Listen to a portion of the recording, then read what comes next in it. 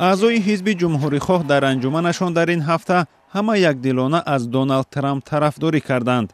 اما جو بایدن اندکی تنها مانده است. او حالا گرفتار کووید و در خانه‌اش در دلاویر است. این زمان اعضای شناخته حزب می‌خواهند نامزدیش را پس بگیرد. با قول تحلیلگران احوال سیاسی بایدن هم خوب نیست. دموکرات‌ها حتی نمی‌فهمند که بایدن در واقع مشکل ساز است یا نه. اگر هست چگونه از انتخابات بیرونش کنند؟ اگر از کارزار بیرون شود کی و چگونه جایگزین او می‌شود؟ این مسئله بنیادی است. عین زمان جمهوری خواهان یکجا عمل می‌کنند. انجمن خوبی داشتند. دونالد ترامپ هم به سبب تلاش سوءقصد ظاهراً از حمایت مردمی بیش از پیش برخوردار است. بایدن در پس صحنه به نگرانی‌ها گوش می‌کند. در مظهر او می‌گوید که نمی‌رود.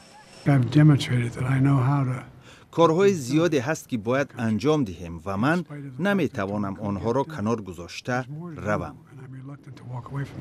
بنابر نظرسنجی 65% دموکرات‌ها گفتند که بایدن باید برود. این یک حماقت و نادانی است که شما بر اساس نظرسنجی‌هایی که دائما تغییر می‌یابند بگویید کی می‌برد و کی می‌بازد و یا یک نامزد را مجبور کنید کنار رود چون به اندیشه شما او شکست می‌خورد. پیشبینی‌های تاریخ‌شناس آلان لیختمن از انتخابات‌های آمریکا از سال 1984 با استثنای یک بار همیشه درست برآمدند. او میگوید دموکرات‌ها نباید از بایدن دست کشند.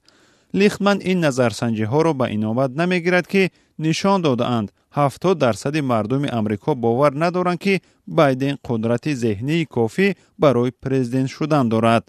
این آمار برای ترامپ 51% است. حالا کسی نمیداند چی می شود. اگر بایدن کنار رود باید نامزدی را به جایش اعلام کنند. منطقاً کامالا هریس به جای او می آید ولی پیروز می شود یا نه سؤال دیگر است.